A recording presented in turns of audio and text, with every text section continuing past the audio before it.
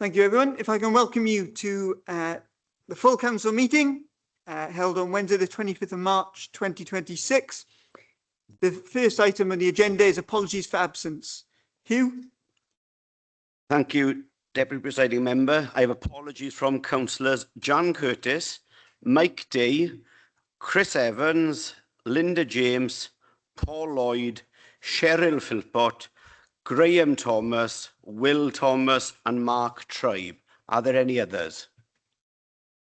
Erica Kushner. Sam Bennett, if he's not there.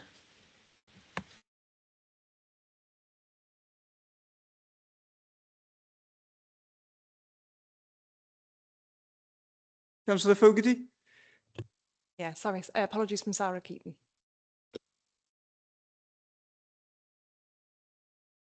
Item agenda 2 is disclosures and of personal and prejudicial interests. So I'll come to Debbie Smith. Thank you very much. I've written to members today, so I'll go through the main ones that are likely to generate some interest. So the first one is agenda item number 8, is a statement of accounts. So some members will have been appointed to external bodies referenced in the accounts. That's the Port Authority, Fire Authority, National Waterfront Museum, National Pool and the Swansea Community Energy. They're mentioned in there as an example. If you've been appointed to any of these external bodies, then you need to declare a personal interest. I think as there are likely to be a number of you, I'm going to take a block declaration for that one, personal interest only. So can we deal with that first, please? Thank you. And can you fill out the forms? Thank you. Next one is agenda item 9, school admission arrangements for 27-28. There's no interest arising if you're a school governor, but you will have a wellbeing interest if you have a child or a grandchild or close associate as a child who's directly affected by the admission arrangements for this year. So from the report, you'll see that's nursery and reception, year 7, those admission years where the admission numbers are in the report. If you have a child or grandchild going into those years, then again, personal interest only, and I'll take a block declaration because there may be a number of you. So block declaration for that. If I can pause.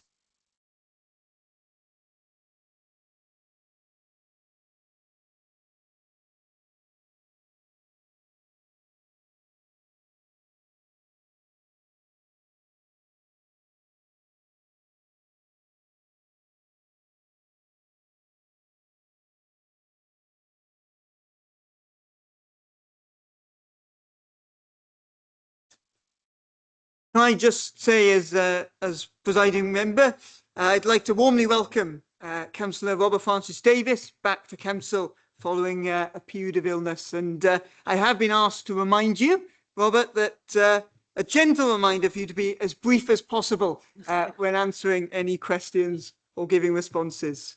Thank you. I'll hand back for the intro. Can I just check that Can I thank everybody for that welcome, and to everybody, I've had a beautiful basket of fruit from the Labour group, and thank you very much. I've one eaten at a time, but it looked pretty. But even, opposition members who have made phone calls, Chris Holly, and well, a lot of you, I'd like to thank you all for your kindness over this last year. Thank you.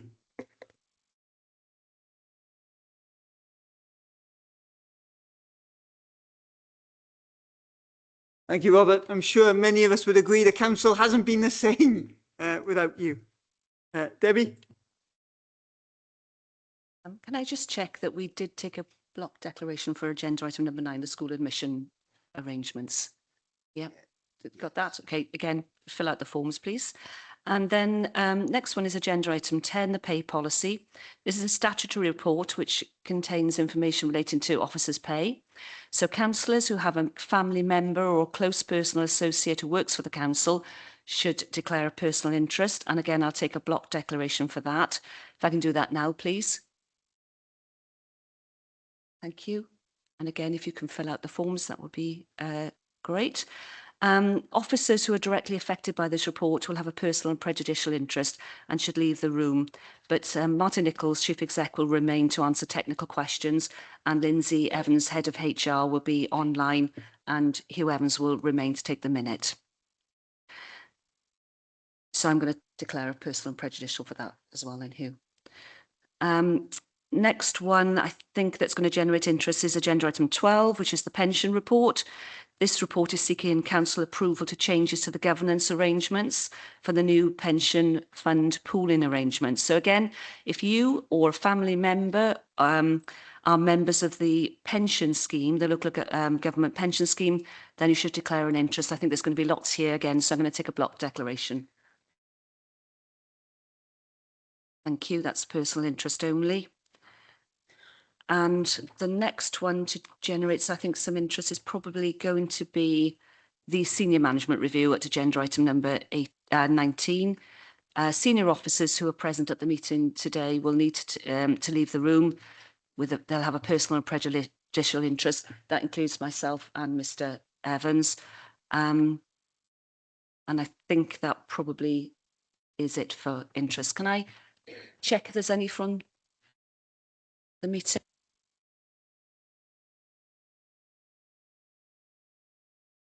Thank you. Item agenda 3 are the minutes from the previous meeting. To approve and to sign them as a correct record. I'm taking it as read that you've read the minutes thoroughly. And so would somebody like to move the minutes as a true record? Thank you. And somebody to second? Thank you. All those in favour of the being a true record? There we go. Thank you, everyone. I'm A.S. Fitzgerald, as listed on the attendance, but when it came to recording the votes, I'm down as T.S. Fitzgerald. That person does not exist. Can't hear him, can't hear him.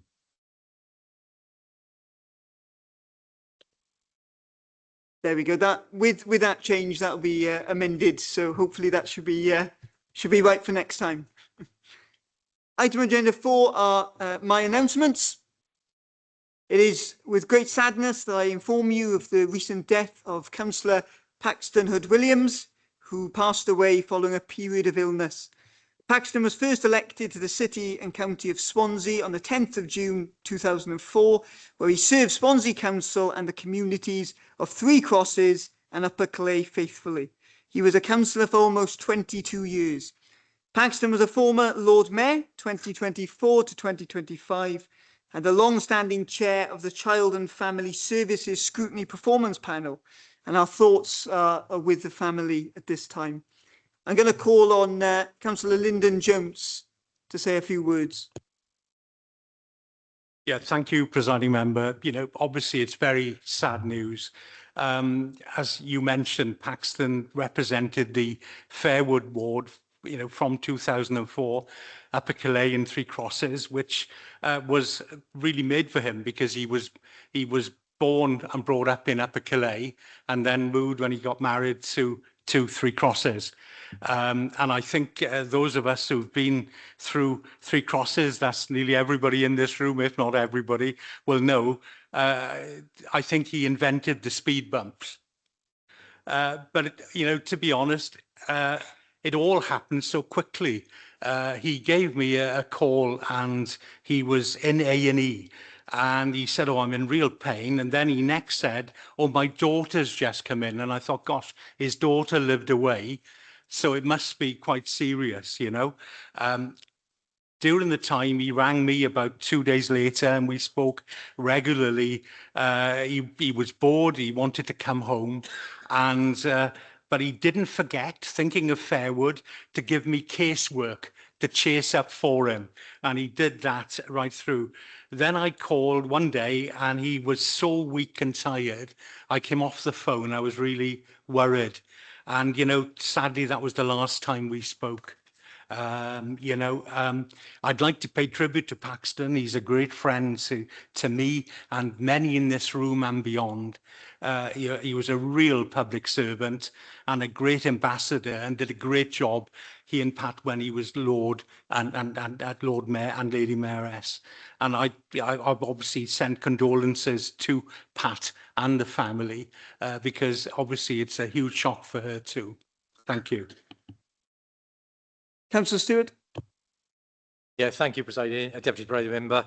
Again, on behalf of the Labour Group, I want to offer our condolences on Paxton's passing.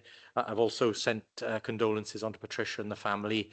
And again, having had quite a fun time of being an adversary with Paxton for many years and debating in the chamber and in scrutiny and elsewhere, I had the privilege to get to know Paxton quite well during his year as Lord Mayor, and he again is a thoroughly decent individual who was hugely committed not just to his ward but to this council.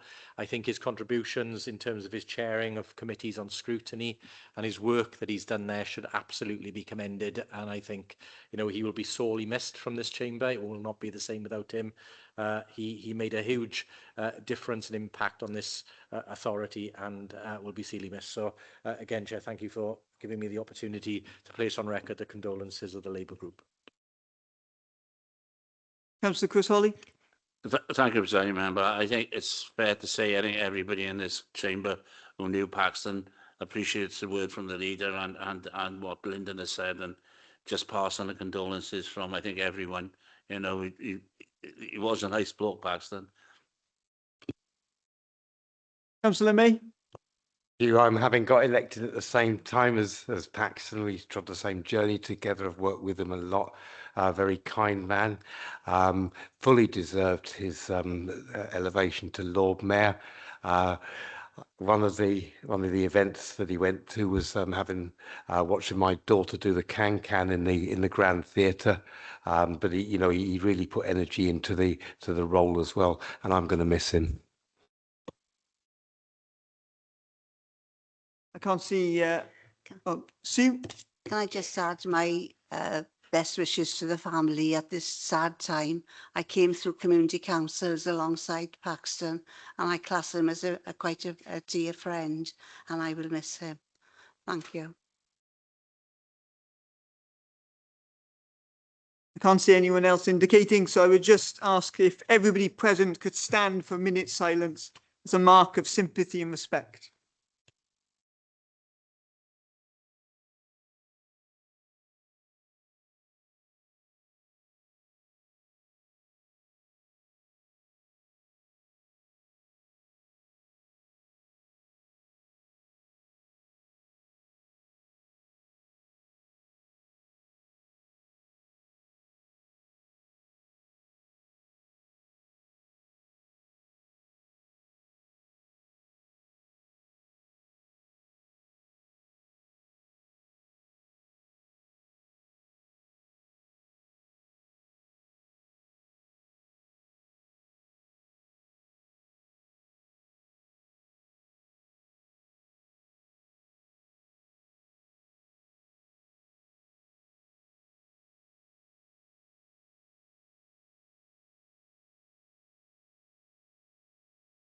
Thank you, everyone.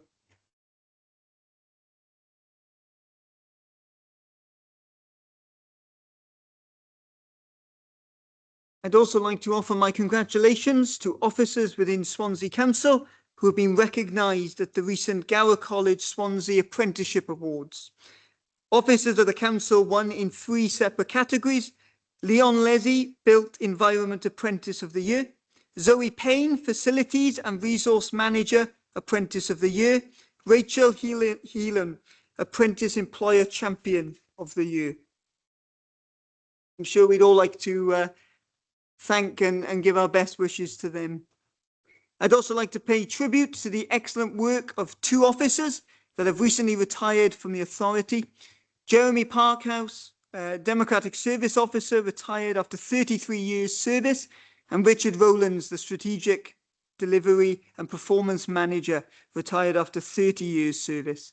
Both of these officers made a lasting contribution to the council and always brought professionalism and reliability wherever they went. And then finally, congratulations to Swansea RFC on victory in the Super Rugby Cymru Plate 2026. They beat RGC 29-13 on the 7th of March 2026 at Cardiff Arms Park, bringing the home club's first silverware in 25 years. They are having a great season, and it would be fantastic to have them back at the redeveloped St Helens. I'll now come to Councillor Stewart to give his leader's announcements. Yeah, thank you, Deputy Presiding Member. A couple of announcements. First of all, can I add to what you've said? It's really brilliant to have Councillor Robert Francis Davies back with us, as you say, after his period of absence. We're all really happy to have him here, but I've got to say it's nothing to the joy that parking services celebrated when they learned he was coming back, because they have missed the ability to give him the odd ticket or two. So, Robert, welcome back. Looking forward to continuing to work with you. You're from me tomorrow on Disabled Park. Absolutely, absolutely. Moving on to some more solemn announcements, but nice ones. Myself and the Armed Forces Champion and Deputy Leader were able to attend a ceremony in the market this week to honour Tom Simmons. Many of you will know Tom, who passed away recently. Tom had spent over 40 years as a poppy seller in the market, and as part of the work he did there with the Royal British Legion, had helped raise over £1.3 million for the appeal over that period of time. A heck of an effort.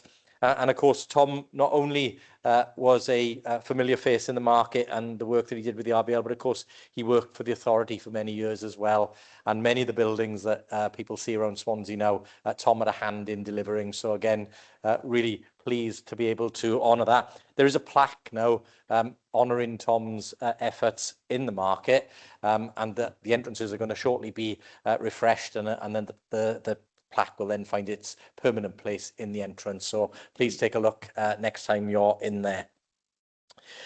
Also, really pleased at Cabinet today for us to be able to make the decision to proceed with investment in St Helens.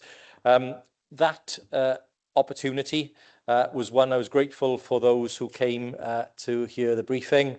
It allows us to invest to create a fantastic community facility there, new pitch, floodlights, but also to establish a board which will oversee the use of that community facility and, more importantly, the investment in development pathways so that the young people who play rugby and sport in our community will have the opportunity to play at St Helens and to develop. Because as was said, I think, by one of the ex-Ospreys players, international players do not turn up at the age of 16 and knock the stadium door. They have to go through that development pathway. I'm really pleased as well that joining that board and supporting it will be Gower College, Swansea University. Alan Wynne-Jones has agreed to be part of that board. And again, I can't think of a better sporting icon to give ambition to those who want to excel in that sport than Alan Wynne-Jones.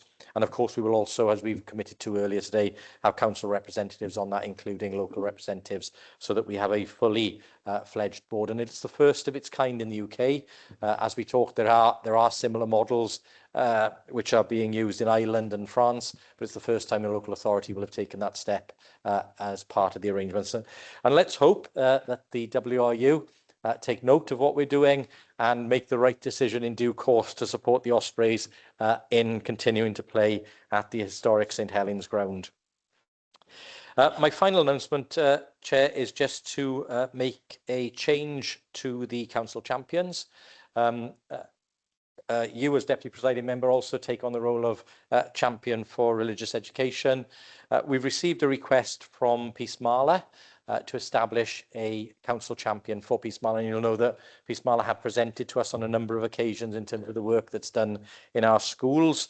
And I'm very grateful that Councillor Harrington has agreed to take on the role as Peace Marla champion. So again, with that, Chair, I just need to inform Council of that change And that concludes my announcements for today. Item agenda 6 is public questions. There's been no public questions submitted and nobody in the gallery. So we'll move on to item agenda 7, which is Audit Wales's Audit of Accounts report. And so I'll call on Gillian Gillett and Leanne Mallow from Audit Wales. Thank you. Could everybody hear me okay? Yeah. We can hear you. Good, thank you. I'm Gillian Gillett. So for those of you that don't know me, I am the Financial Audit Manager in Audit Wales, and we've been busy auditing your 24-25 accounts. So this is our Audit of Account report, which just summarises the main findings from our audit of those financial statements. The same report went to your Governance and Audit Committee on the 11th of March. So our audit has been carried out in accordance with auditing standards, which prescribe how we must undertake an external audit of a set of accounts. We can never give absolute assurance that the accounts are accurate, so we use an industry standard concept of materiality. And the figure for the council this year was just under 13 million at 12.97 million. So by way of context, as we note in our report, the accounts which we received on the 16th of December 2025 was after the Welsh Government deadline of the 30th of June 25 and was later than in previous years. But despite being late, the accounts were to a good standard and well supported. But there was just one unadjusted misstatement I need to bring to your attention, which is detailed on page 24. This relates to the overstatement of the valuation of property assets by the inclusion of a piece of land when the council didn't receive the lease premium in 24-25. This is not material to our opinion, but we do require an explanation for not adjusting the accounts in your letter of representation. So this is a positive report, and the Auditor General intends to issue an unqualified opinion once we've received the letter of representation, which is set out in Appendix 4, and then our proposed audit opinion is set out in Appendix 3. And this reflects well on the team and the council. So I'd just like to put on record our thanks to the Director of Finance and his team for their help and support in providing us with the audit evidence we've needed throughout the accounts process. As I say, this is a positive report and I'd be happy to take any questions. Thank you. Thank you. Can I see a proposer for the report? Thank you, Deputy Presiding Member. Can I move the report, but also can I thank the Auditor for the work and for presenting the report back today. Can I see a seconder? Happy to second. Thank you. Are there any questions? No. Well, in that case, can I thank you for your report, and I'll move it to a vote. All those in favour of the recommendation? Any against? Any abstentions? There we go, that's carried. Item agenda 8 is the statement of accounts for 2024-2025. So I'll call on Ben Smith. You, Deputy Presiding Member, and before I just present the accounts, I'd like to place equally on record my thanks to Gillian and the wider Audit Wales team. And I will be making arrangements for the letter of representation to come over tonight, Gillian, signed by myself and the leader, and I'll talk about the other procedurals in a moment. In terms of the accounts report itself, not much further to add. As Gillian has said, we were late, we were one of the later ones, but it is always better to be right than rushed and wrong. So in that sense, I thank them for their forbearance. In many respects, you've had many of the stages of the statement of accounts, because you had the outturn report all the way back last July, and then you had my review of reserves in September and other things. So there's nothing surprising or new in it. It's just the reality of the technical complexities. I was disappointed the accounts were delayed twice on our behalf. We did underestimate the degree of complexity on IFRS 16 in particular, but I was particularly pleased that the very small team that worked on it diligently were found to have done a good job on that. The trick for me will be to speed it up a little bit, to say the least, in terms of getting that recovery plan back. The accounts are very complicated. They are technically long. I'm not going to bore you with them. As I say, the substance hasn't changed. They've been to audit committee twice. They've been through a thorough audit process. If you are so minded, once we get to the moving of the recommendations and everything else, I will need 4 sets of signatures on the various documents between the chief exec, the leader, myself, and the presiding member. And with your permission, deputy presiding member, I will be putting the one and only presiding member's signature electronically on, because I have permission for all 4 of you from in previous years, and I will be appending the presiding members to the various documents when I make my arrangements. Assuming you are content to pass them today, subject to any questions, one of my colleagues will send over the signed accounts with the electronic signatures on, and then it will fall to me on Friday morning to convey to the Auditor General if there's any gross impediment or any other reason that would prevent me or the presiding member from having signed. And then I would hope we would be in the position that a completion certificate can be issued. It's tight towards the year end again, but it maintains the position of at least we start the 25-26 closure. We're well advanced on it, but we start with a robust position for 24-25. The Auditor General has written a letter to us and raised matters more generally, which totally agree with. He is concerned that we don't fall into some of the traps that we've seen across the border in England, where half the authorities have ended up so late that the accounts are being disclaimed. So I echo and support what the Auditor General has said. I think that will do for me, Deputy Presiding Member. Hopefully there won't be too many questions, because the accounts were written so long ago I might have forgotten what I put in there. Thank you. Thank you, Mr. Smith. Can I ask for a proposer for the statement of accounts? Happy to move. Thank you. Can I have a seconder? Brilliant. Thank you. Are there any questions for Mr. Smith? No? There we go. Thank you very much. So all those in favour of the recommendations of the statement of accounts? All those in favour? Any against? And any abstentions? Thank you very much. That's passed. Item agenda 9 is the school admission arrangements for 2027 to 2028. And I'll call on Councillor Robert Smith. Thank you, Deputy Presiding Member. Happy to move the report which sets out the admissions arrangements for 2027-2028. Chair, happy to second. There we go. Are there any questions on this report? No. Oh. Yvonne Jardine. Councillor Jardine, do you have a question? Sorry, no, I don't. Sorry, Chair. No, that's no problem. Oh, my hand is still up. Okay, okay, I've taken it. Oh, it's not going down. Ah, okay. There we go. We'll move to a vote if nobody's got questions. And all those in favour of the school admissions arrangements? Any against? Any abstentions?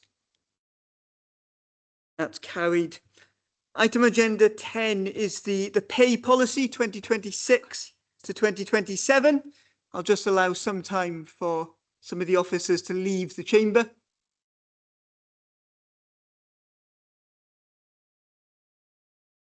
There we go. I'll call on Councillor Hopkins.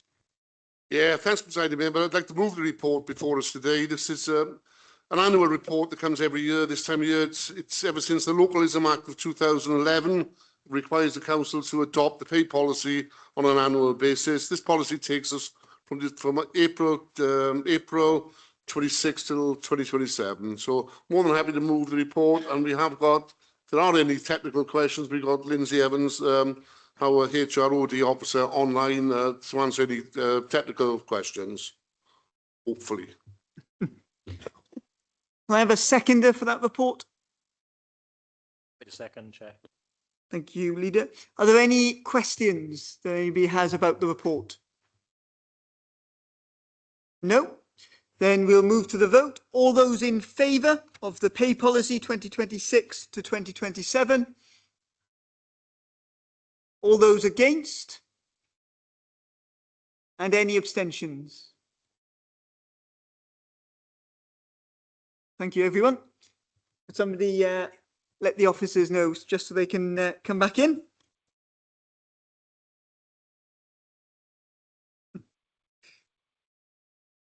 Item agenda 11 is the corporate health and safety policy So I'll call on Councillor Stewart.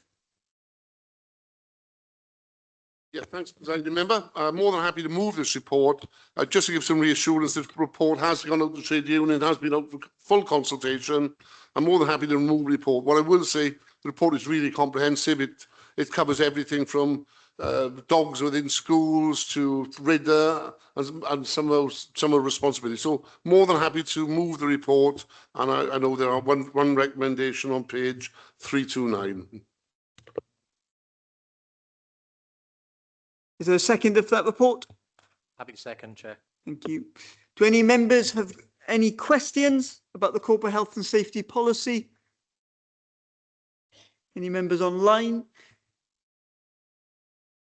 No. Well, the recommendations for the corporate health and safety policy are there. All those in favour? All those against? And any abstentions?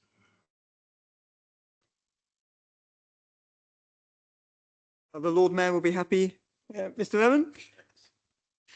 Item agenda 12 is the Wales Pension Partnership and the local government pension scheme, fit for future governance documents. I'll call again on the section 151 officer, Ben Smith. Thank you, Deputy Presiding Member. I, in the block declaration, did declare an interest on this one too, but only in a personal capacity because I'm both a member and a retiree, but I have to be here to present it. Short and sweet of it, you'll be aware that there is a requirement to comply with UK legislation which made arrangements for pooling arrangements and the requirement to vest stuff off to an investment management company. So it's a long technical document, but it's been done in conjunction with legal services and the 7 other pension funds in Wales who all together form part of the Wales Pension Partnership. We have to be compliant for FCA purposes for the 1st of April, so I don't like turning up and saying you've got little choice. Slightly cheeky of me, but the reality is we're one of the last ones to agree it. It's been through Pension Fund Committee, it's had due diligence from legal, it's been agreed through the other 7 pension funds, and it is to comply with the law. So my strong advice is, subject to a proposer and seconder and subject to any questions on the technicalities, that you would move to approve it, and that will give a ability for seals to be appended to it to regularise the matters that require us to comply with what will be in effect from the 1st of April. That's all I need to say, Deputy Presiding Member. Can I have a proposer? Happy to move, Chair. Thank you. And a seconder? Yes, I'll second. There we go. And has anyone got any questions that they'd like to raise? No? Well, if there's no further questions, I'll move to a vote. All those in favour of passing and agreeing the recommendations? Anyone against? And any abstentions? No, thank you very much. Item agenda 13 is the proposal for Swansea to apply to become a partner city in the Global Biophilic Cities Network. I'll call on, I think, Councillor Andrew Stevens. Yeah, thanks, Chair. I won't be quite as quick, apologies. So, yeah, so the report's comes to Council for information only, following Cabinet's decision in January to support Swansea applying for a biophilic city with Swansea University and Natural Resources Wales. And but I'm pleased this is no longer about just about an application.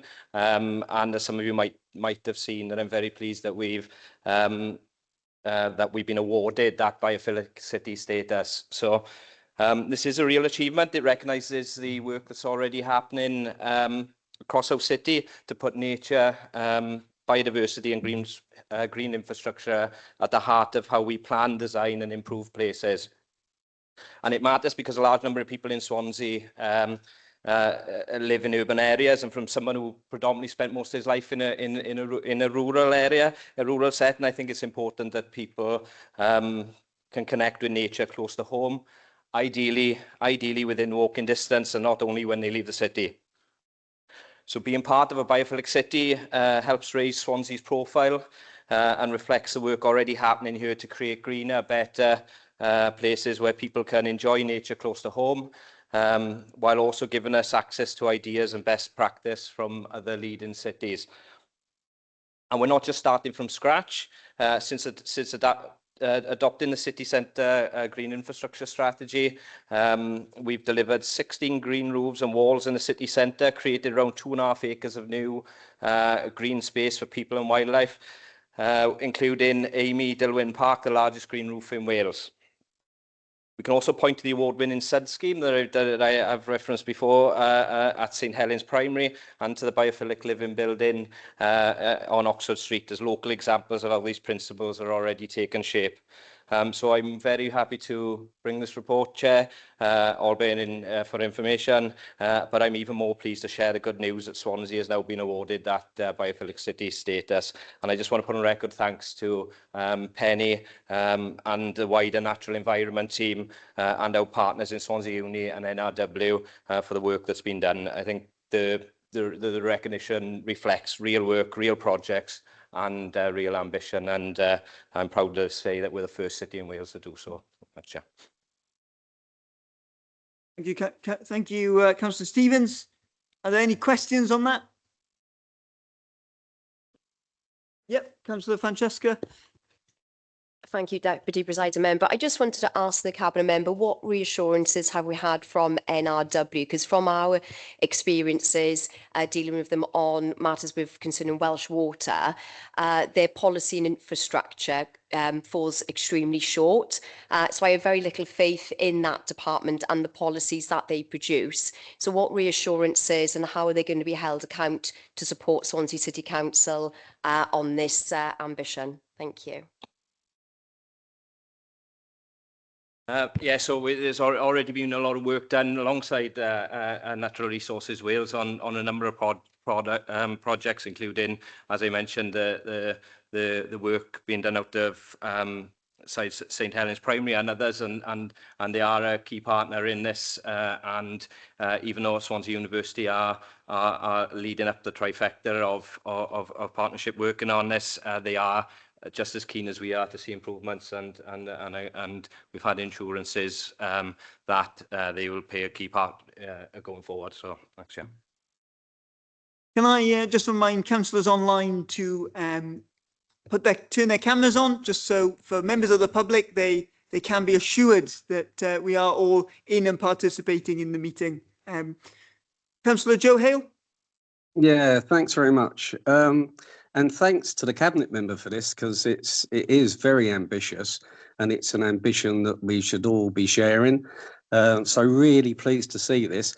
I also took part in a consultation on NLRs, local nature reserves. And 9 months ago, the team that were delivering these had earmarked parts of Kilvey Hill as a local nature reserve. I'm wondering whether that is going to now come to fruition on the retained land on Kilvey, and if not, why not? Thank you.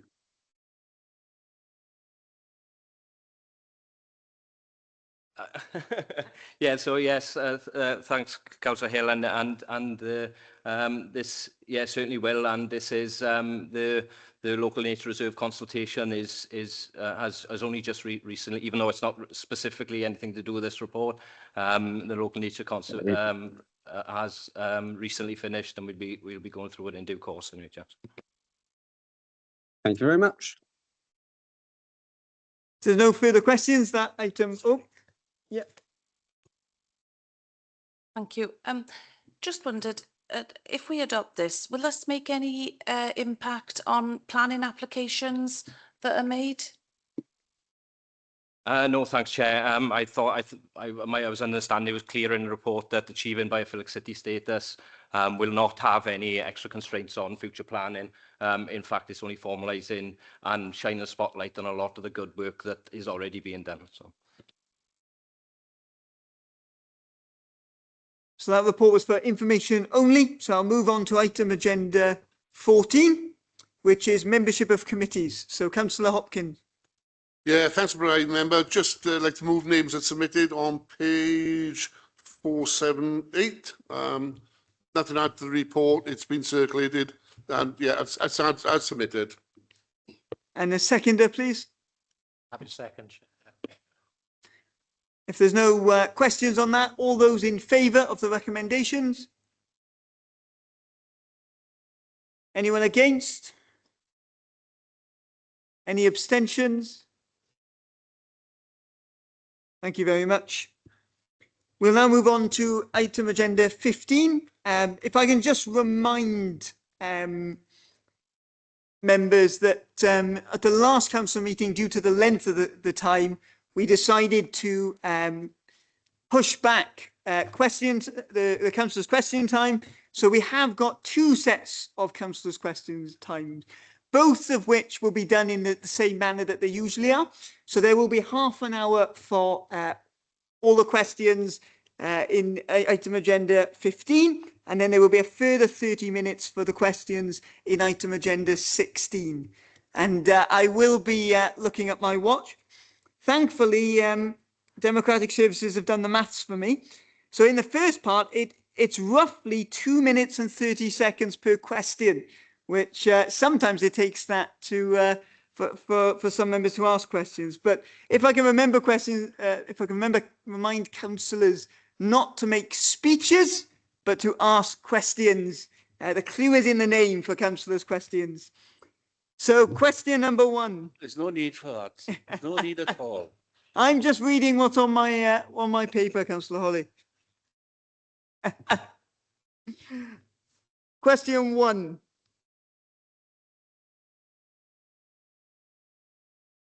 Councillor Peter Black? Yeah, and this has been overtaken by events chair, so I'm not. There's no supplementary. Thank you. If there's no further supplementary questions, question number 2. No supplementary. Oh. Councillor Leslie Walton? Thanks, presiding member. Just wanted to ask, is there more hope that if they do another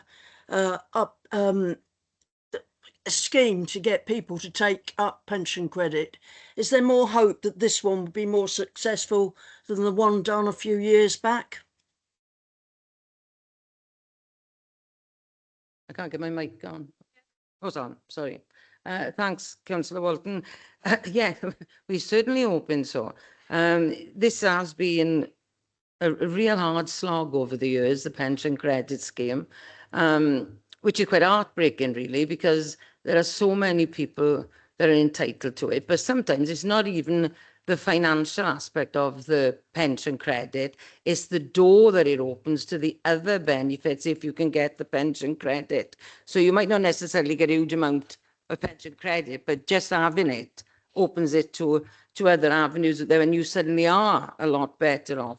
Unfortunately, over the years, we've done schemes, as you know, and leaflets and citizens' advice, and everybody has worked really hard. The difference this time is that we now, Revs and Bens are working with us really closely, and they are trawling through. They have an officer there who's actually trawling through and trying to identify people that we then know that are in the system that would be entitled to it. Or, you know, it's up to the person whether they take it, but we can make contact. We've got to, we're not just advertising on a large scale this time. We're able to target a little bit more. Over the years, it's cost huge amounts of money if you bought into the computer the schemes, the base, you know, to identify. But Revs and Bens are working with us really closely, and you know, I know Heather that's taken over now is on board.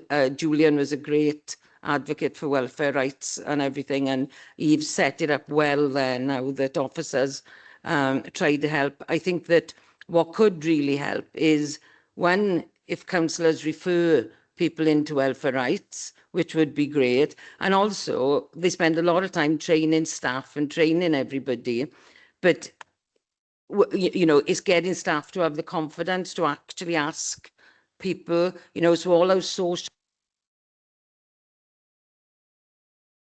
timed out, sorry. All our social workers all our housing officers, everybody that's coming into contact with people.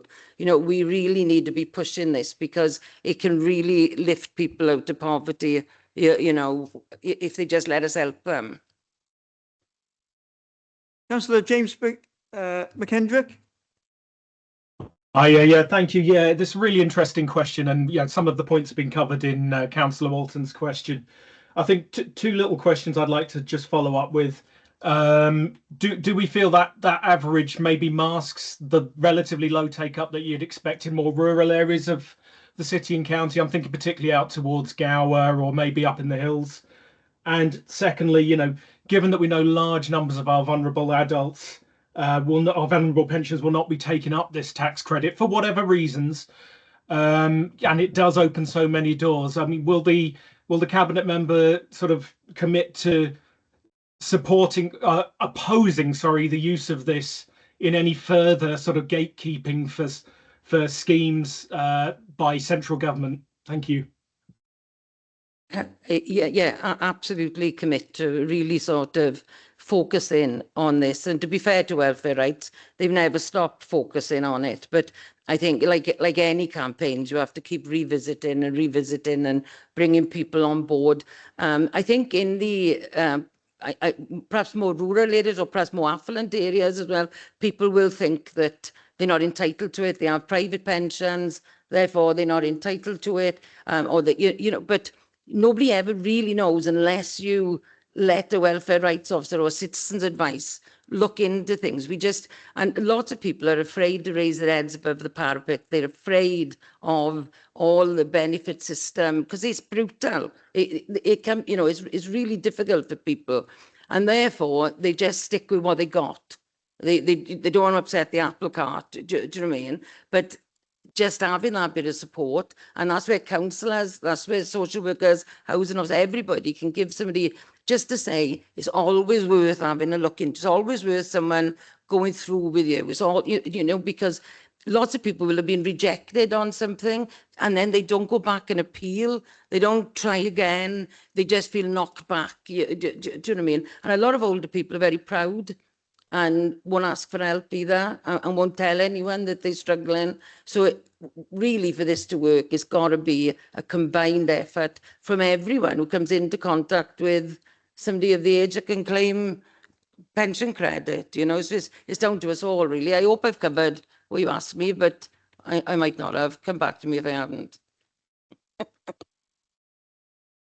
Yeah, broadly, just quickly, do you think it's a good method of gatekeeping further benefits given the sheer volume of non-take up?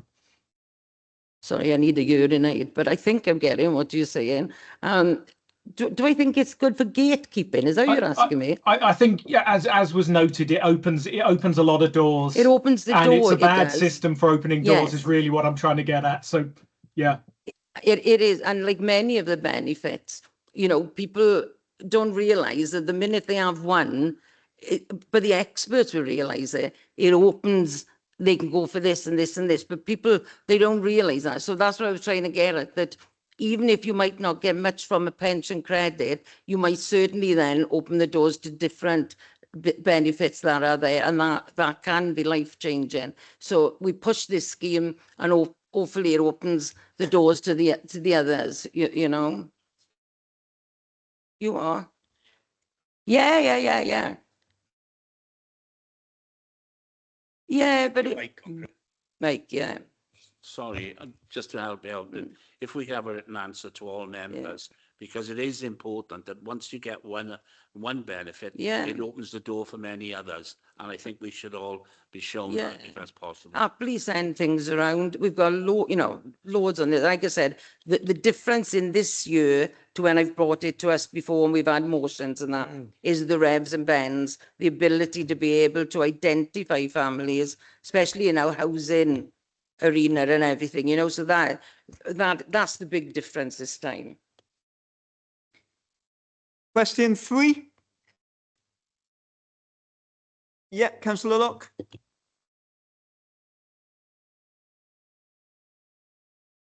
Can you turn your mic on, please, Councillor Locke? Thank you.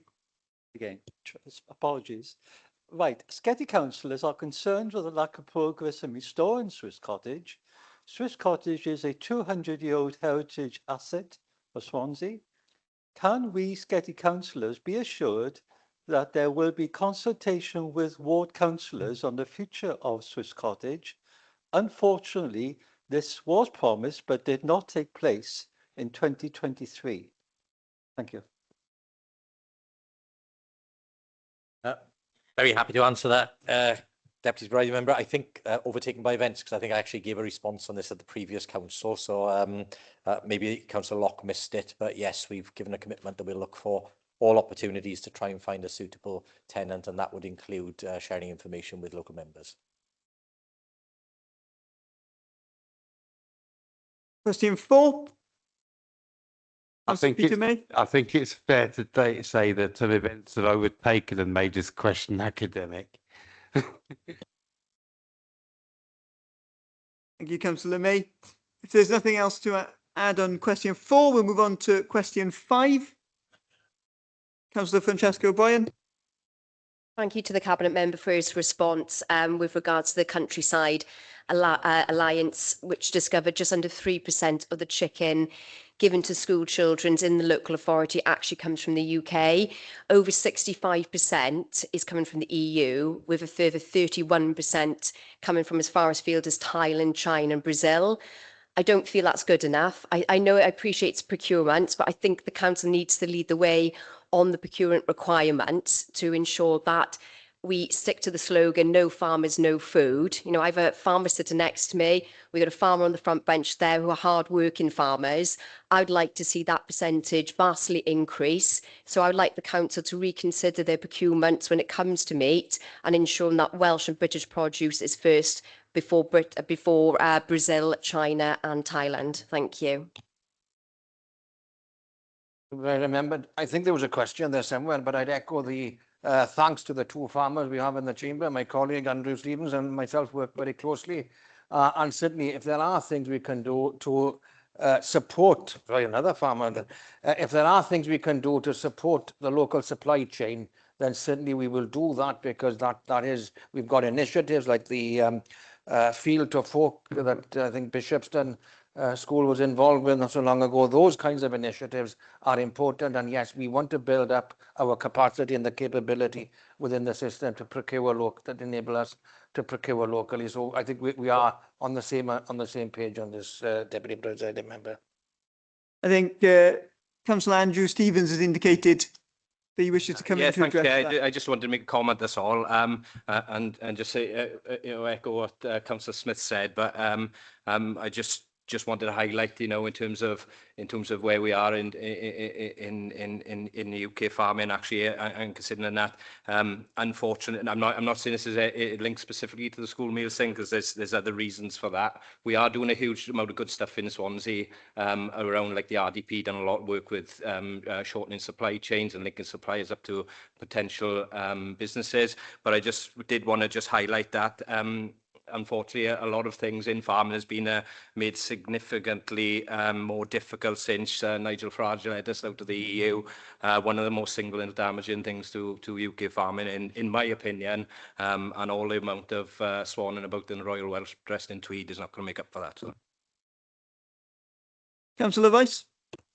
Thank you. Two quick questions. One of them is relating to the procurement process. It's probably best to have a written answer on this one. Is what measures can we take now as a council to influence the process through the procurement consortium and also through Sale to Wales to improve the weighting given to local produce?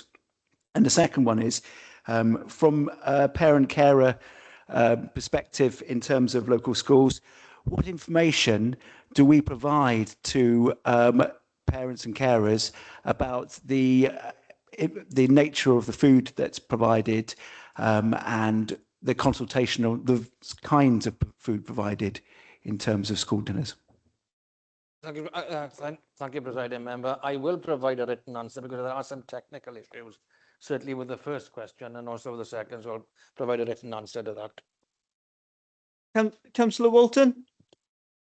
Yeah, thank you, Deputy Presiding Member. I just wondered if the Cabinet Member would agree. This question is slightly disingenuous, echoing what Councillor Stevens said, seeing as Nigel Farage has actually advocated buying food for New Zealand. At least we are bothering to do something about this.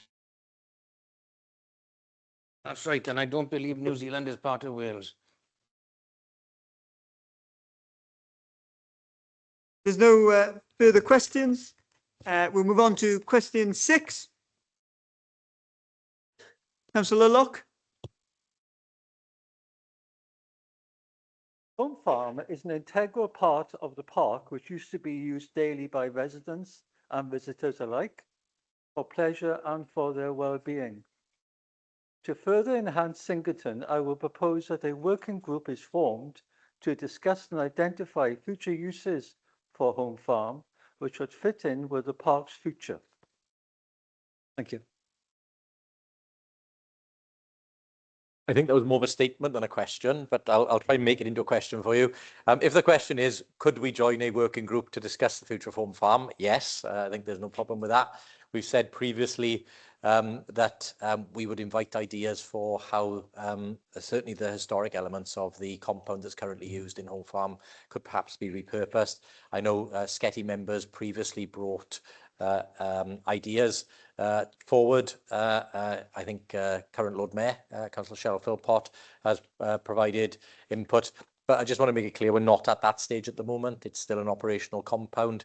And should it become available for repurposing, then again, we will be having conversations with the community and with the members. Councillor Rice. Very similar question, slightly different approach. What are the kinds of things that are being considered by the council for the use of Home Farm? And to mirror what Councillor Locke is saying, can we ensure this time, in terms of any land transfer or change of land use, that there's proper consultation with local community, that they have access into that consultation process? Yep, as previously relayed to Council, yes on the second part. On the first part, there are no current proposals for repurposing Home Farm, but in our previous discussions with local members and community groups, etc., a number of ideas came forward, none of which were viable. Question 7. Are there any supplementaries? No. Question 8. Are there any supplementaries for question 8? No. Question 9. No, thank you very much, the Cabinet Member, for the response, but it covers everything I wish to know. Thank you. Thank you. Question 10. I've got no supplementaries, President Member. Thank you very much, Councillor White. There's no supplementaries for question 10. Question 11. As Councillor James isn't chair, there aren't any supplementaries anyway. Thank you for the response. Thank you. Question 12. No supplementary. There we go. And that brings us to the end of part A of the agenda. And so that's the first section of question time. And I think for the first time in ever, I think we've been very much well under time. So thank you, everyone.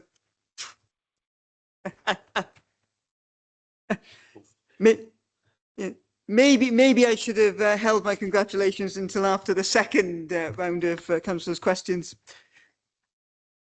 So item agenda 16, question 1. Are there any supplementaries? I haven't got one. I could make a speech of it, but I'm not going to. Thank you very much, Councillor Holly. Question 2. Fiona Gordon. you. Yeah, I'd like to thank the Cabinet Member for this response, but I'd like to ask for a little bit more detail because this isn't happening in isolation. There is wider investment in this community, which has been in need for a long time. As ward members, we're really delighted to know about that wider context, and I think it would be nice for Council to hear about that detail, if that's okay. Thank you for the question, and thank you, Deputy Presiding Member. Yes, you're absolutely right. It's not just this project which is happening. So in terms of clear, hold, build, clear is where the police come in, they tackle the organised crime, the antisocial behaviour, and they literally clear out the criminal element.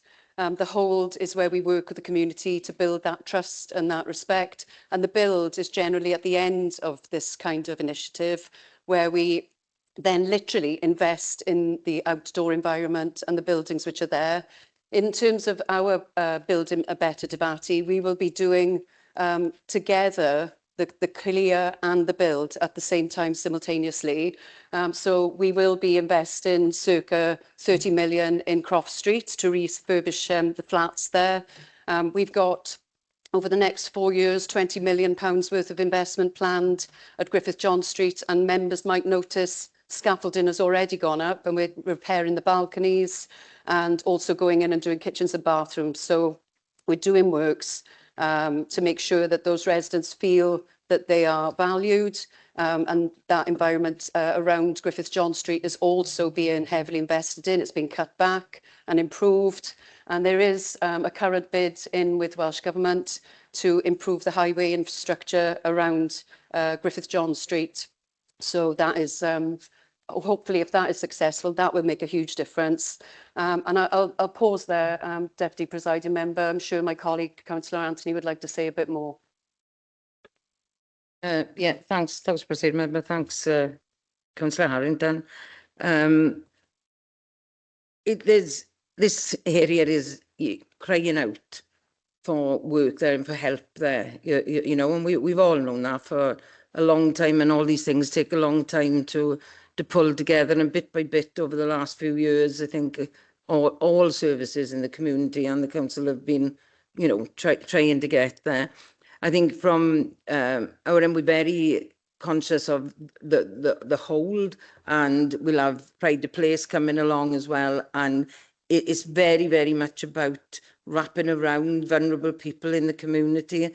It's about being there at the right time to pick people up, and it will be 100% community led. It won't be what we think the area needs. It will be designed, you know, by the community, and all that takes time. And this is early days in that process, you know. But the whole point of doing those shops up over the years, that you know, we've had more water in there than I can care to imagine. But we are now, touch wood, up and ready to go, and we've already got health wanting to do screenings there, women's aid there. We've got the drug agencies wanting to be there. You know, we want it to be a safe environment. We want the Swan van to be able to go in there. We want it to be open in the night. We want, you know, so it hopefully will all start coming together now. But as you know, as members, you know, it will be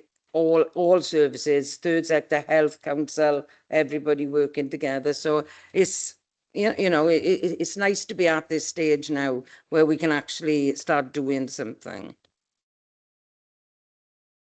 Thank you. If there's no supplementaries or any more supplementaries, we move on to question number 3. Councillor. Okay. You can decide amongst yourselves which one. No, we're both having a crack at this. Right. I'm a great fan of Astorva. Good move. It's from the rare occasions I'll pay the leader a compliment. So please do that in return for his direct answer to me earlier in the day. Yeah, it is actually very, very saddening to see that the neighbour has in fact announced the intention to leave barely 3 months after the Good Astorva has opened. Are there any plans, are moves underfoot because we've now got like a large void unit next to the flagship community hub. So are there any plans to repurpose that building? Will it be split? Because I think we've got a huge void there now.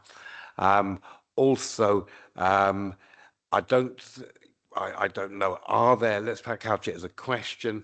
It appears that the city centre itself would not fit M&S's five, when their five criteria for their business models. So we're probably looking at, they're probably seeking an out of town development. Is there any hope that M&S will be offering like not just a food offer, but possibly, clothing and stuff going forward? How are we moving forward on this? Yeah, I thank Councillor May for his question and his appreciation of Astorga. I think the officers have worked extremely hard to deliver that under the guise of Councillor King, and I think the public have really responded well, taking Astorga to their hearts in terms of finding it a fantastic facility. In terms of do we have interest in that site? Well, obviously, at the present time, Marks and Spencer's are still operating. Although I can confirm that we're having a number of live discussions at the moment with potential occupiers who are looking to repurpose some of the buildings in Oxford Street for different uses, including retail, hotel accommodation and others, and we'll continue to have those details. But given that they are commercially confidential discussions, I can't go into details about them, but just to confirm that active discussions are underway. In terms of the second bit around what M&S intend to do, well, again, as I've shared publicly, myself, the Chief Executive and other officers and members have had discussions over a number of months with M&S. They had been very acknowledging of the significant redevelopment programme we have underway in the city centre, and therefore that has fed into not only why the Swansea store wasn't in the first phases of closure of the 90 stores that closed across the UK. That obviously kept them out for as long as possible, but they have committed that they do want to have a new store in the Swansea area. Now, we're not at this point in time able to confirm where exactly that store will be, but we are aware that they are having several discussions on sites that could meet that new business model. It is something that is driven by their customers' habits, so that what they've told us quite openly is that their customers want to be able to park directly outside their stores, and therefore they're looking for a location that gives them several hundred car parking spaces right outside. Again, I've confirmed publicly we had discussions with them about potentially looking at the Debenham store and other sites in the city centre that have car parking very, very close by, but that wasn't something that they were prepared to move on. Would the new store be a full offering? That our understanding is yes. That is the aim for M&S, which it will be a full store, not just a food store. And again, we will continue to talk to them about whether or not there is an opportunity to have more than one store in and around the city centre, because again, there may be an opportunity for them to have a food offering in the core part of the city centre, but a store that offers something broader, perhaps just outside. So again, all of those things are still live at the moment, but be under no illusion, we are trying every avenue under the sun to ensure that they find the right location in Swansea and that we continue to have their presence here in the city. Thank you, Leader. Councillor Rice. Thank you.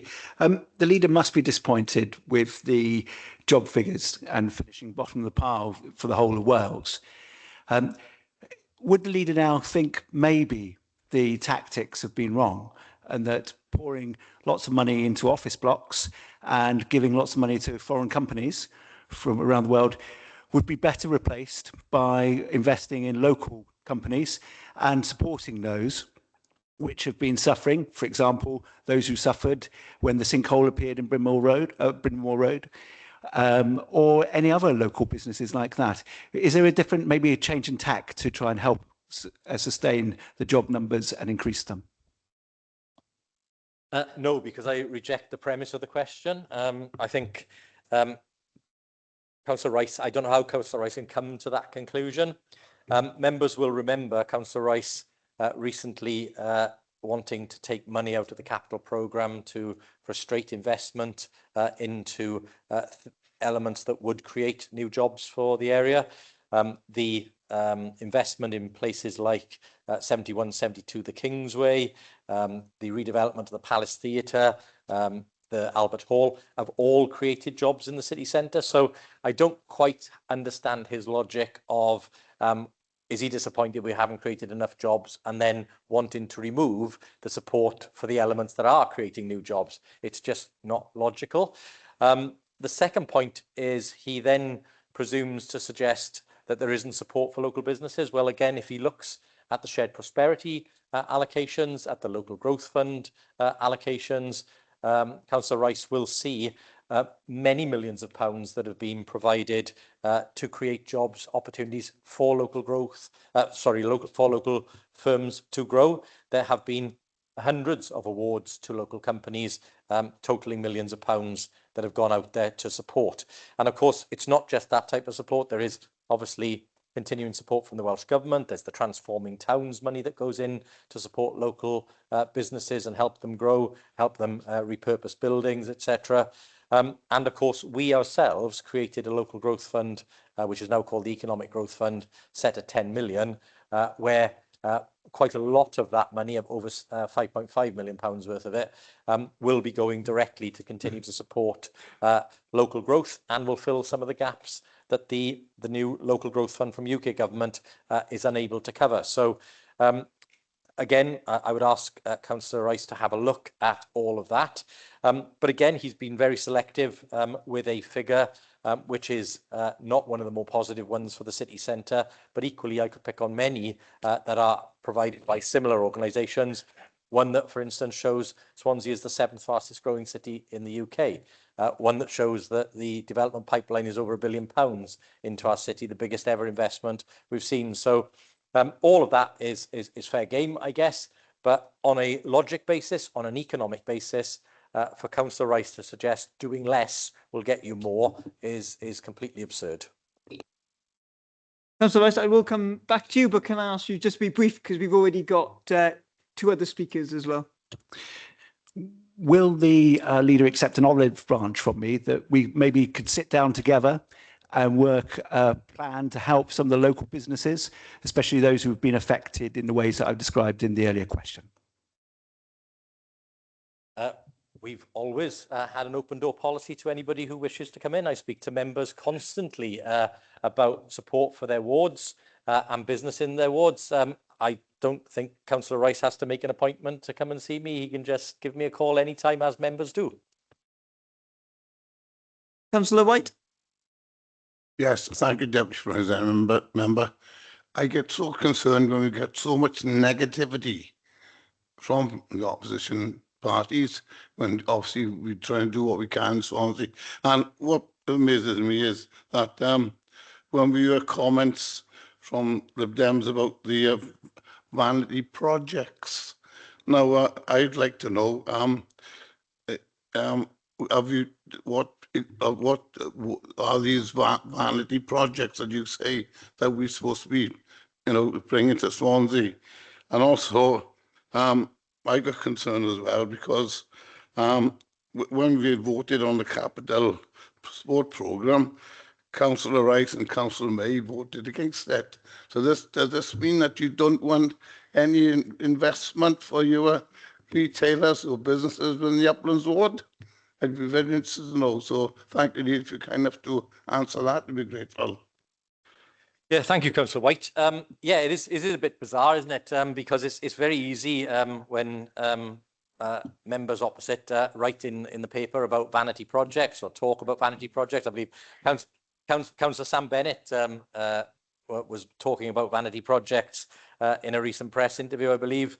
And of course, Councillor Rice and Councillor May did fail, as Councillor White quite rightly said, to support the capital programme, which is providing significant investment into schemes across the city to create not just new schools, but new businesses, new homes, new offices, etc. So absolutely right, Councillor White. I've still yet to unpick which of these specific vanity projects, as they're so called, are the ones that would not be supported by those people opposite and behind me who are commentating, because do they not want the Palace Theatre regenerated after it was left for 20 odd years to go to rack and ruin? Do they not want the Albert Hall reopened? Do they not want the River Corridor redone? Do they not want the arena built? Did they not want Castle Gardens regenerated? Did they not want a Storver opened? Did they not want 71, 72 Kingsway with 600 jobs completed? Did they not want the Kingsway done? Did they not want Wine Street done? Did they not want the Skyline project to go ahead?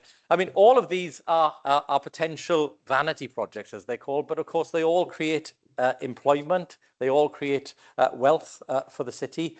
So again, we will keep on delivering, we will keep on investing. If there are members in this chamber who don't want to do that, then again, they'll have to explain that to their electorate.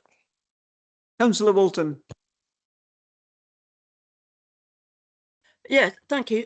Just echoing something that the leader mentioned, but I'd like to sort of point out this isn't just one statistic that shows a measure of what's going on in the city. Would he not agree that jobs don't just magically appear, and the fact that the net figure is gone down doesn't mean to say that there aren't a lot more potential for jobs to come to the city in the future? No, absolutely right, Councillor Walton. And again, I think one of the things that's brushed over in these figures, of course, is that we have a significant regeneration programme underway at the moment, which has taken out quite a number of buildings whilst they're being repurposed. It's very difficult to rebuild a building with workers in them. So there are spaces in the city centre that are currently significant spaces undergoing regeneration. Of course, in next year's figures, you will get the full benefit of things like 71, 72 Kingsway, the Princess Quarter, where Red Kite solicitors have gone in, and a number of other buildings that as they become fully operational. So if you do not put that investment in, if you do not create the space for companies to move into, which can create those well-paid jobs, then you're going to lose them to other cities, which is what's happened for decades. Councillor May, you got a point of information? I have.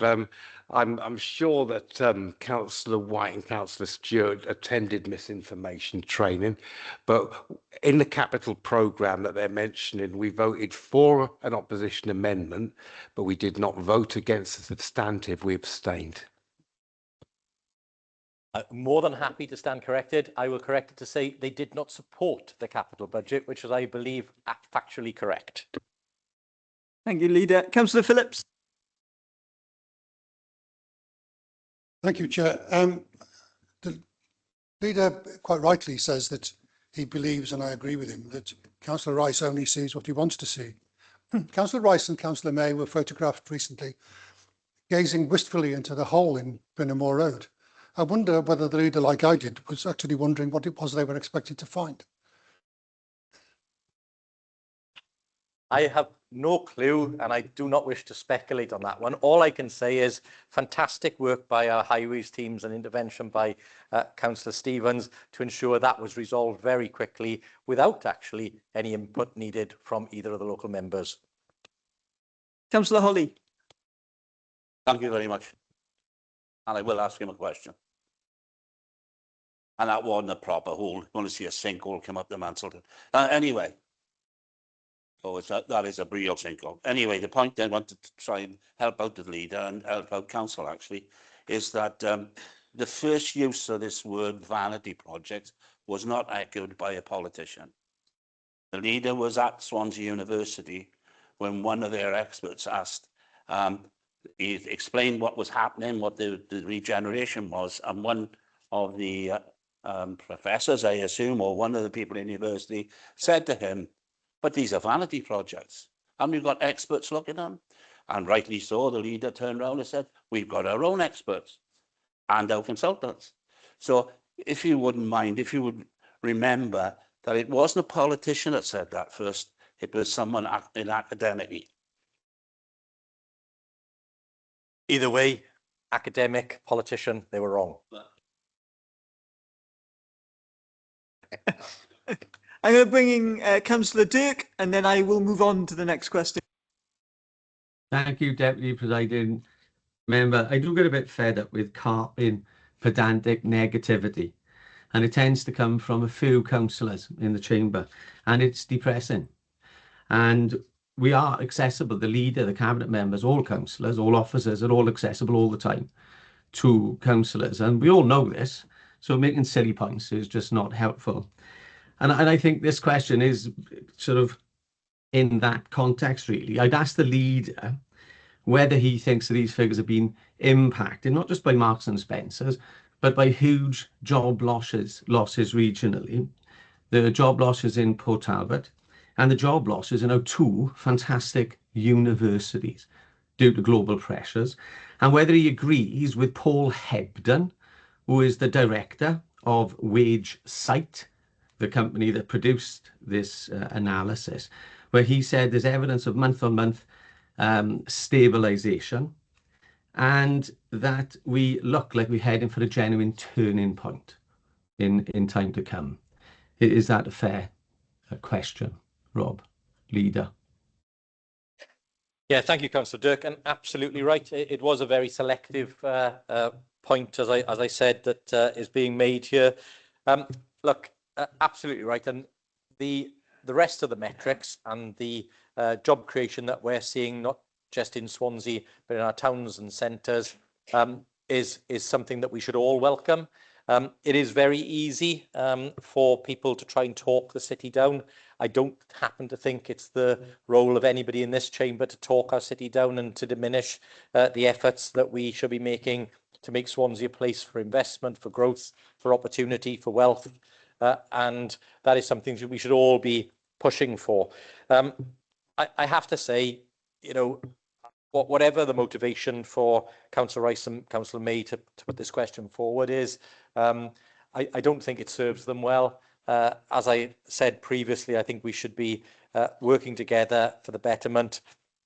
It would be easy for me, for instance, to point jibes towards the previous administration and say that much of what we've done over the last 10 years has been putting right the mess that they left behind. But I wouldn't do that because I don't think it's right.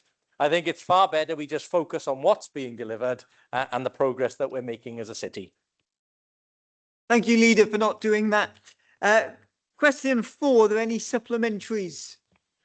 I think the statement has overtaken the question. I'm not sure if Councillor Fitzgerald wants to ask a supplementary, but I don't. Thank you. Councillor Fitzgerald and then Councillor Holly. Paragraph 3 of the answer from the leader talks about an ongoing engagement and dialogue with key stakeholders. Would he agree that one of the key stakeholders in this game is going to be the travelling public? Now, I believe I recall something about 98% of the people consulted thought it was a good idea to have a ferry from Swansea to North Devon. What we need to establish is how many of those 98% are going to turn into real passengers and pay. I raise this because the fare between Portsmouth or the Hampshire and the Isle of Wight varies from £160 to £180 for a return crossing. And that's when you've got 3 travel companies offering competition. So that is an indicational sort of price. How many people will be prepared to go across to North Devon paying £150 for a return journey? That's what needs to be established. Thank you, Councillor Fitzgerald. I know it's the eve of the pre-election period and there's been a flurry of announcements. You may have missed this one, but it has been confirmed today that the aim is to have a £15 fee, 1-5, for travelling between the South Wales coast and southwest of England. And the work that's being done by Dave Sampson and the team there is looking at that. And again, what they're looking at is not a purely passenger vessel to take passengers back and forth. They're looking at a turn-up, roll-on, roll-off opportunity. They will be looking to competitively price that, as I said, and the indication is something around £15 has been suggested in the advice there. as you say, overwhelmingly positive in terms of what people, both sides of the both sides of the Severn would want to see.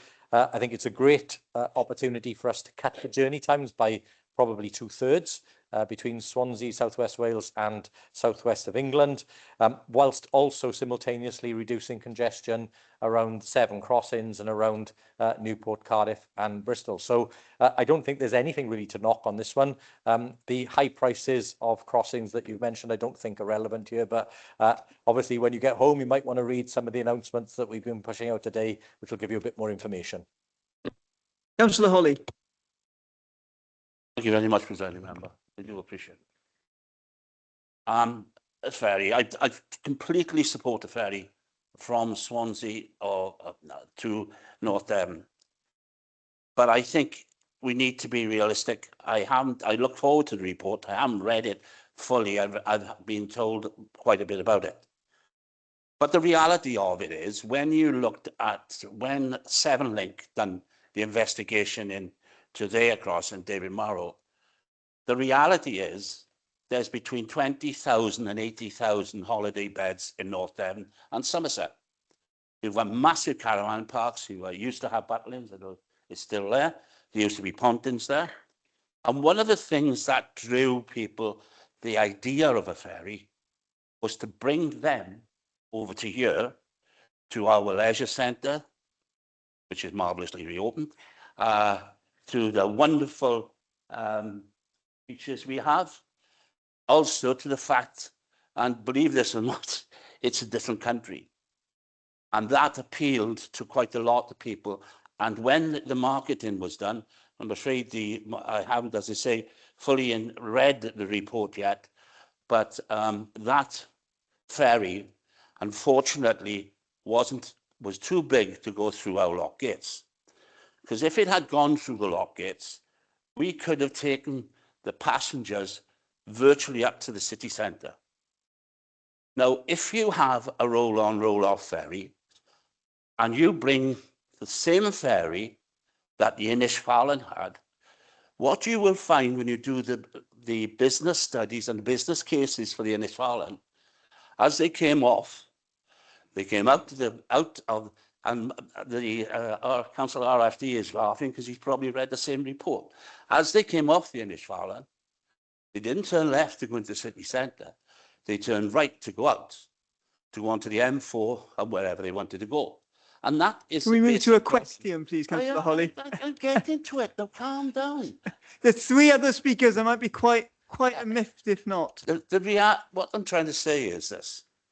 A ferry is a very, very good idea. And I appreciate and I endorse everything that you're saying. But apart from hydrogen, which is a bit far-fetched. Well, there we are. But what I would ask you to do is reconsider how, when this report is issued, that we have possibly a briefing on that report with the individuals concerned. Yeah, I'm sure there's going to be no problem with that. Obviously, they are continuing to work on the proposals. They've engaged people who work with operations like the airline industry, where they are good at predicting the passenger numbers and how to get high levels of throughput of passengers, freight, etc. I think, again, just to draw people's attention to the fact this isn't just a passenger service we're talking about here, it's about freight services as well, because that is where the viability comes in. Councillor Holly's right. Obviously, what we want to do is to make sure that when people travel here, and of course, we would hope that by the time the ferry's operating, Skyline will be operating with its 500,000 or so visitors a year. The aquarium will be well on its way to being delivered. The arena's here.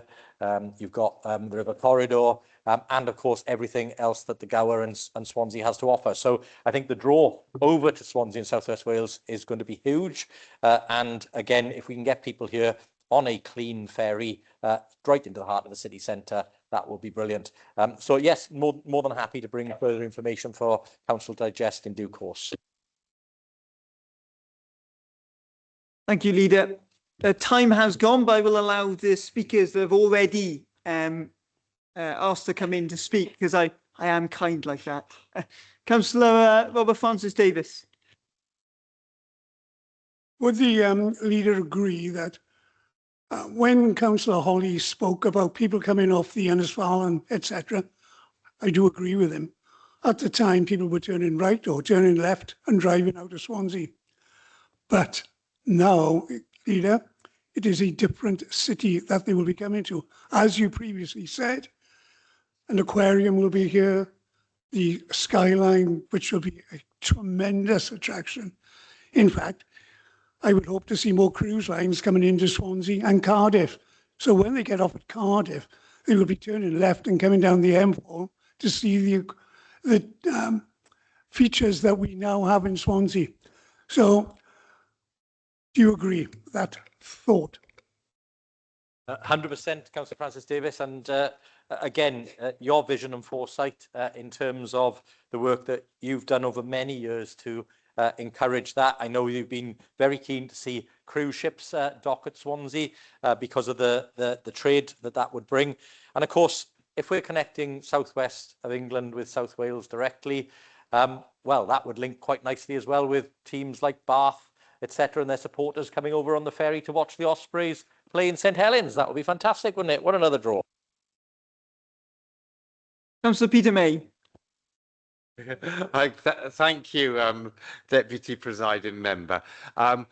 Fully support the idea of a ferry for people living in North Devon and Cornwall to come and visit our city. I will be travelling the other way to do some walking along the Southwest Pass, and I hope many people will reciprocate by coming to walk around Gower.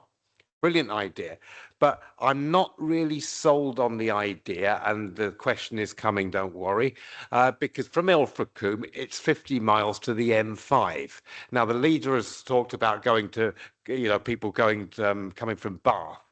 Surely it's easier to go straight down the M4 to watch the Ospreys rather than go all the way down to Tiverton, up to Ilfracombe and then over on the ferry to get here. Come on, leader. That is straining the envelope a little bit. But the point I'm making is, the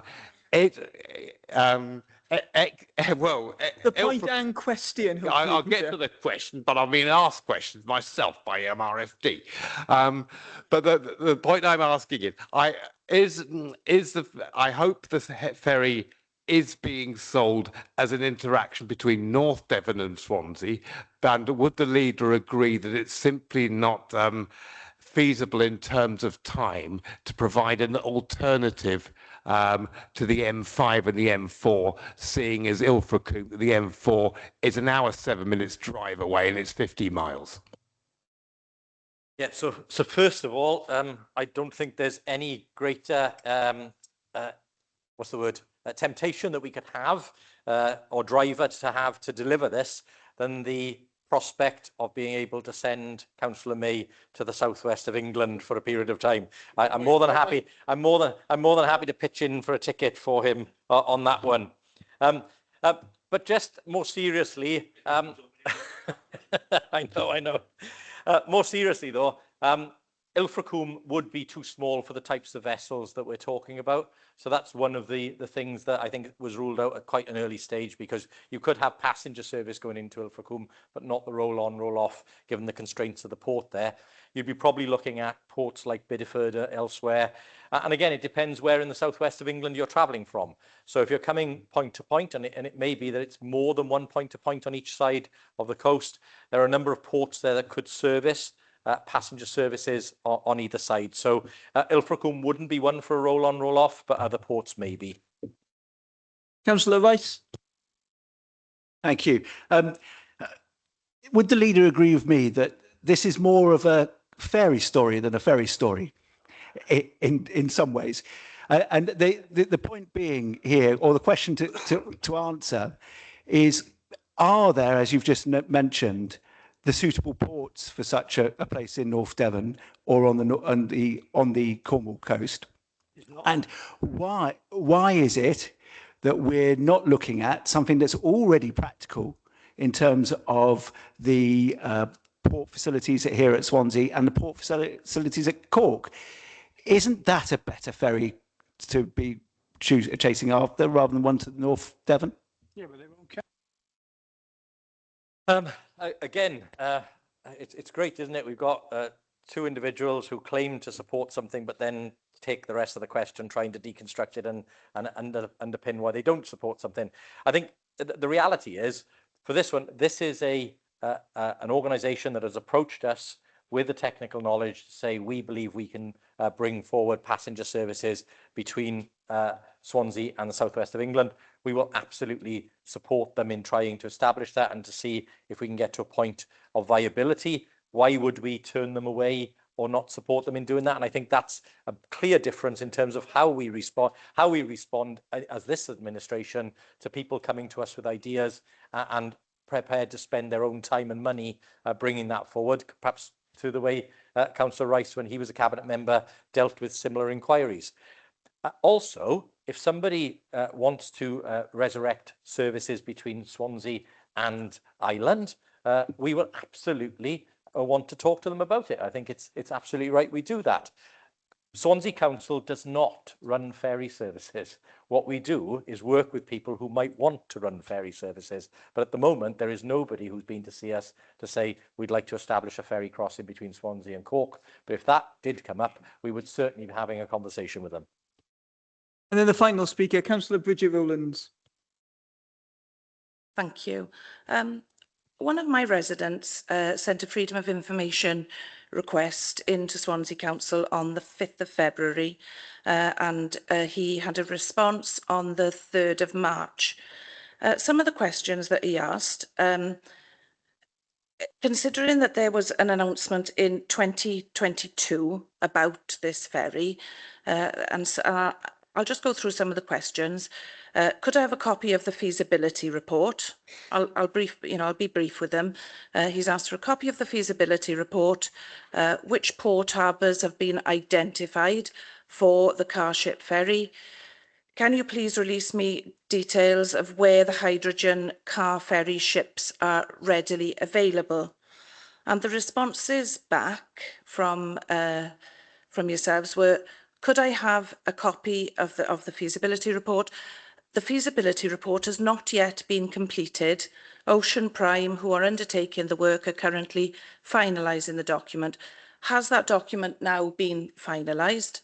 That's my question. The port harbours then, which port harbours have been identified? No specific port harbours have been identified, and that was the response back from the Freedom of Information. And with regards to where this ferry is going to come from, the level of technical, and the response is, the level of technical detail has not been investigated at this stage of the project, and that basically there is no ferry available. So based upon that, there was you'd made an announcement about this today. I just wonder where this information is coming from, because it doesn't seem to tally with this Freedom of Information response that I've had. Yeah, very happy to help Councillor Rowlands out on this one. We don't have currently a operational ferry that runs between Swansea and South West Wales. We don't have a design for the vessel, which Ocean Prime are looking at the moment. And they haven't yet worked through the services that would operate. As I said in response to others on this matter, it is a work in progress at the present time. We've had initial discussions going back a number of years, actually, where we had the initial discussions, myself and Chief Executive, with representatives from the southwest of England. The company that are taking forward the concept on this are looking at a number of factors, including port infrastructure. They are looking at the operational model. They are looking at the types of vessels, the numbers of vessels that they would require, whether those vessels are traditionally powered or hydrogen powered. All of that work is currently ongoing. But as a commercial entity, they have not yet completed that work. What we have said today is, in response to the consultation that they ran with the public, which was overwhelmingly positive around people wanting to see a new link established, that we found that to be a very positive feedback from the public, and that we're supportive of the efforts now to move on with that piece of work to establish what would work between the various ports, what ports would work in terms of the operation of a ferry between those locations. So the FOI is accurate to the point in time, but again, I wouldn't have expected us to be able to say, well, actually, these are all the ports, these are the vessels, because we haven't reached that stage in the process yet. Thank you, Leader. And that concludes Councillors' questions. Item agenda 17 is the exclusion of the public. Can I take a show of hands on that? All those in favour? All those against? Any abstentions? There we go. Thank you very much, Hugh.